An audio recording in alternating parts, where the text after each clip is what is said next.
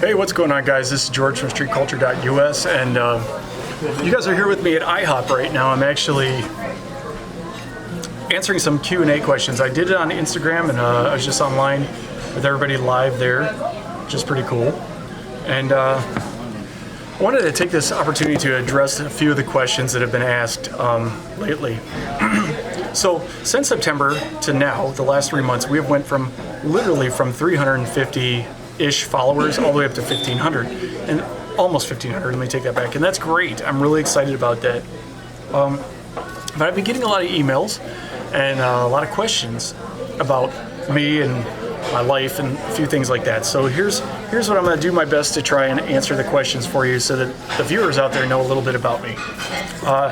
Do I live in Baltimore? Yes, I do live in Baltimore. I'm currently in Baltimore, and I have been for about 3 years now. Do I like Baltimore? Not so much. Thank you. Baltimore, the road systems up here are really falling apart, so I don't really care for that. Especially being a car guy, my car takes a beating. 2, what do I do for a living? Well, I do military, I guess you say support stuff, everything from logistics to analyzing data and all these other things for service members. Being a former active duty service member, I try to help out and take care of them as best as I can. So let's see here. Where was I born? Well, obviously I've only been living in Baltimore for 3 years, but I was actually born in New York. So I'm a New Yorker born, and I stayed there for about 2 years, and then I went ahead and I moved to Detroit with my mom. So following a divorce, my parents got divorced. So I'm from Detroit technically, and I grew up, most of my life was in Detroit prior to the military, and yeah, that's pretty much why I'm really big into the car culture. Growing up at the Detroit scene with the drag racing and the street racing and all that other stuff, American Muscle was all over the place. But that's not really why I got into cars. That's part of the reason. The main reason I got into cars is because my stepfather, who I call Dad even to this day, he was the one that got me into the racing scene because he used to drag race. In the 70s, he was into drag racing, and in the 80s when he married my mom, he was into drag racing, and he used to go down to Milan Dragway, Michigan, and that's where I used to go with him. And we'd watch Big Daddy Don Garlitz, Shirley Muldowney, Don the Snake Perdome, Kenny Bernstein, John Force, all these other people that, big names back then, Don the Snake Perdome. So anyway, I would go with him, and I grew up around the racetrack. So I literally grew up at the tracks 5, 6, 7 years old. Actually, probably before then, probably 4 and 5, and watching Dad drag race. So, and then I'd help him in the garage and learn how to start working on the cars a little bit here and there, learn what the different tools were for, et cetera, et cetera. So that's why I got into the car culture. And it's just stuck with me ever since. Let's see here. Was I active duty military? Yes, I was for 16 years, but they, due to budgeting, pushed a bunch of people out close to retirement, and I didn't get the retirement, so we won't talk about that. Ooh. Do I drink tea? Yes, I drink tea. No, that's not a question, I'm just kidding. So one of the other questions was my first car. My first car was a 1978 Buick Riviera, and it had a 450 cubic inch engine. It literally ran on 5 out of the 8 cylinders when I bought it, and it was a piece of junk. But I ended up rebuilding things and making it run right, and I ended up selling the car. But I bought the car for $60. There was a guy around the block from where I lived, and it was like $300 he was asking for it. And anyway, long story short, he gave it to me for $60. So then I had that car for a little while, and then I got into my first Mercury Comet / Ford Maverick, which is what I really have a love for. I love those cars, and I've had 3 of them since. So I've had all kinds of different cars, guys, and that leads me to one of the other questions. What kind of cars have I had over my life? Camaros and Mustangs, and I've had, I've had 3 71 to 74 Ford Mavericks. I've had a Mercury Comet. I've had a Chevy Malibu. I've had a 1981 Chevy Malibu. I've had Mitsubishi Eclipses, Honda Civics, and truck. I've had all kinds of different cars, 370Z. So I've just had a lot of different vehicles, and I like to go fast in just about anything, and I like to increase the performance of just about any vehicle. Okay, let's see. What's my plan for street culture? Well, I'm getting a little tired of seeing on YouTube and Instagram, particularly the social media, I see all these people pushing supercars this and supercars that and hypercars this, and don't get me wrong, that's great. I love the hypercars, I love the technology behind them, and it's great that they can go so fast. But what I'm seeing in the public setting, like at car shows, or I see it at different events, I see people pretending like they're too cool for school. Pretending that they're so cool because they have a Lamborghini that they can't talk to a kid who has a Honda Civic, or they see a kid that has a Mazda Miata, or a young person, or even somebody who wants, in their mid-30s, they want a Mazda Miata, but they drop an LS7 into it, you know? What I see is a lot of snuffing, and I see a lot of people pretending like they're more cool than what they are. So I ask you guys this: what makes a guy who has, or a gal, who has a Ferrari or a Lamborghini or Bugatti more cool than a person who built their own Honda Civic, spent $20,000 on the engine, it's making 600 horsepower out of a 4-cylinder, and they know everything about their car? My answer is absolutely nothing, okay? So I don't do that. I see different cars and in various stages of being completed, and just because it's not done, or it's 6 different colors and primers and different fenders from cars from junkyards and things like that, and sourced components, doesn't make it any less cool. It doesn't make them, in fact, if anything, it makes them more cool to me, because they understand the engineering of building a car, and they understand the different components that are needed and go together. So I like people who are buying their cars, don't get me wrong, but I also have a massive amount of respect for built, not bought. So I did talk about that on my Instagram live session that we had just about 20 minutes ago. So let's see here. Let's see. Cars in my garage. Right now, currently, I had to clear out some of my stuff, so I'm prepping for a Lamborghini. Why? Because race car, and I want something that does 200 plus miles an hour, and I don't have to play with it too much. It's pretty much engineered for that. So right now, I have a 370Z, a Shelby, a Ford Maverick GT Grabber, and a what do you call it? A Honda Civic. Sorry, I'm getting tired. So yeah, I was up late last night trying to learn more about YouTube so I can get these videos a little bit better and learn about the analytics. So let's see here. Oh, one of the questions: when's my birthday? My birthday is April 11th, and I am 42 years old this next April. Okay, which is really cool because I share my birthday with another car guy, and his name is Jeremy Clarkson, and you know him from Top Gear, and you know him from the Grand Tour, and he's a really cool gearhead guy, and he's just down-to-earth, awesome dude. We both share our birthdays on the same day. He's a little older than me, but nonetheless, it's a really cool fun fact. Let's see here. Oh yeah, I'm going to be 42. That's a question. How old am I? Yes, I'm 42. Some of my viewers have said that they think I'm in my late 20s or early 30s. Thank you for that, but I'm not. I'm actually 42 this April.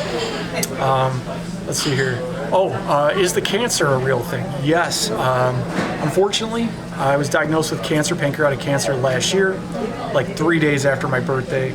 Somewhere in that time frame, they confirmed it, and they told me I wouldn't make it to December of 2018. I had a procedure called a Whipple procedure. Like if you watch South Park, Family Guy, he says "Cool Whip." Yeah, I had a Whipple procedure. And it was a life-saving procedure, as well as a life-prolonging procedure, as the statistics for pancreatic cancer past a Whipple are not very good. But I want to assure my viewers that I'm doing the best that I can be doing right now after chemotherapy and all that other stuff. So let's see here. Yeah, very real situation, and a couple of people pointed out to me because they saw it on my Instagram. I made a couple posts on it, so that's a good thing.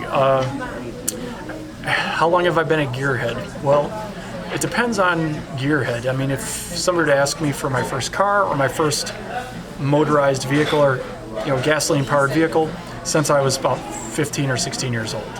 So I think I was about, actually, let me take that back. I know on Instagram I said I was 16, but in truth, I bought my first mini bike / Arctic Cat trail bike. It was a 1971 Arctic Cat trail bike / it was called a climber. I bought that when I was 14 and a half, maybe 15, because I was in 9th grade, and I just started high school, and this dude named David Romatz was a buddy of mine, an acquaintance slash buddy, and we were in school together in a couple classes, and he said he's got this mini bike he's trying to get rid of. I said, oh, that's cool, let me check it out. It had wheels, a frame, and a seat, and the seat was all falling apart, but I bought it for $20, and I still have it. So Dave, if you're watching this, I still have it. Let's see here. What else? I'm a big hockey fan. I love the Detroit Red Wings. I don't follow a lot of the professional leagues except for hockey. I don't care for the professional sports leagues, and I don't because I think they're overpaid, honestly. You have soldiers that fight for this country, privates that make $18,000 a year to go to foreign countries and put their lives on the line. And you got a sports player who throws a ball around a field and makes millions because they're entertaining somebody. And to me, that's just ridiculous. So, but I won't go too far into that. Let's see here. What do I like to do in my free time? I like to get out there in the car scene. I like to go and hang out with you guys. I like to spend time with my family. If it's not involving the cars, the ideal weekend for me would be just to go. My mom lives and my sister live like 5 minutes from Lake Michigan, and there's a lot of surfing on there on the western coast of Michigan and the southwestern coast, I guess you say, going into Indiana. I would love to just go to the beach. I like to surf. I'm actually not really much of a surfer anymore. I'm more of a faller because due to my surgery and stuff, I have a problem with core strength now, so I can't really, I'm working on that, but mostly a faller. But I like going to the beach. I like spending time with my family. I like building sandcastles with my nieces and nephews and other kids at the beach, which happens a lot. I like just enjoying life. But when I'm not doing the car scene, that's what I like to do. A perfect weekend for me would be like, right now I'm single, so if I had a girlfriend, maybe some kind of nice romantic getaway to some kind of tropical Caribbean island or paradise type of thing where we could just swim, snorkel, and get lost in each other, That's something I like. Hey, thank you so much. This is Raina, by the way, guys. She is my waitress here at the IHOP, and yes, I'm at IHOP right now, and that's where I was doing the live video, so. No, this is great. Thank you. I appreciate it. So yeah, that's what I'd like to do. I wish I could, find a new girlfriend but we'll go there. It'll come when it comes. So anyway, so I have a boat. It's in a restoration shop right now, and that is something I look forward to this next summer, 2020. I want to enjoy some time with my family and take the boat out and do a lot of. It's one of those go fast boats, guys. If you've ever seen Miami Vice, it's like a smaller version of I think it's 42-footer Miami Vice boat, the Cigarette. My version is a little bit shorter than that, and it's mostly designed. It can go on the big lakes and out on the ocean, but it's designed for smaller lakes and inland lakes as well, so it keeps things available and also very mobile, which is really cool because those big boats are a lot of moving around and they're a pain in the ass. So I have one of those. When I'm not doing that, I've been in school for the last 3 years. I'm working towards a master's in in business administration, and that's to help with the current field that I'm in. So I do have goals and aspirations for street culture, and I'm looking at 2 major cities right now, Austin, Texas, and Charlotte, North Carolina. I've been looking at North Carolina for about 3-4 years now, and Austin has only presented itself this last year or so as it offers better weather, better tax breaks, and it's just more pleasant. I like sunshine, I like warm weather, and North Carolina has winter. Texas has winter too, but it's not nearly like North Carolina. So yeah, so I'm leaning towards there. Let's see. I don't know. If you have any other questions, definitely reach out to me on Instagram, shoot me a message, and ask me some questions. I'll be more than happy to answer them. So that being said, my food is here, so I'm going to go ahead and eat this before it gets cold. But if you like what you've seen here, go ahead and smash that follow button on my Facebook and smash that like button as well on Instagram. Tell your friends about us because I'm trying to grow this. I got big plans coming for street culture, and I'm trying to move right now in my current position. I work for an agency with the government, and I'm trying to shift down to Austin, Texas. So I'm looking for a position. As soon as I find that position, I'm going to start really going into it big time. So yeah, that being said, I'm gonna eat my food. Thank you very much for following. And I hope you like the next video that I'm going to do. It's going to be on putting together the key that I talked about through T-Carbon. It's a carbon fiber key fob, and it's really, really cool, guys. You're going to have to see this. I'll give you all the components that you're going to need to put this together, the part numbers and all that stuff. It's going to be really cool. So make sure to check out some of my other videos. You're going to see them right here. I'm going to post them up on my at the end of this video, and you can go ahead and smash that like, okay, and smash that follow. So hope you guys are having a great day. Watch for the next video, and I'll see you guys on the road.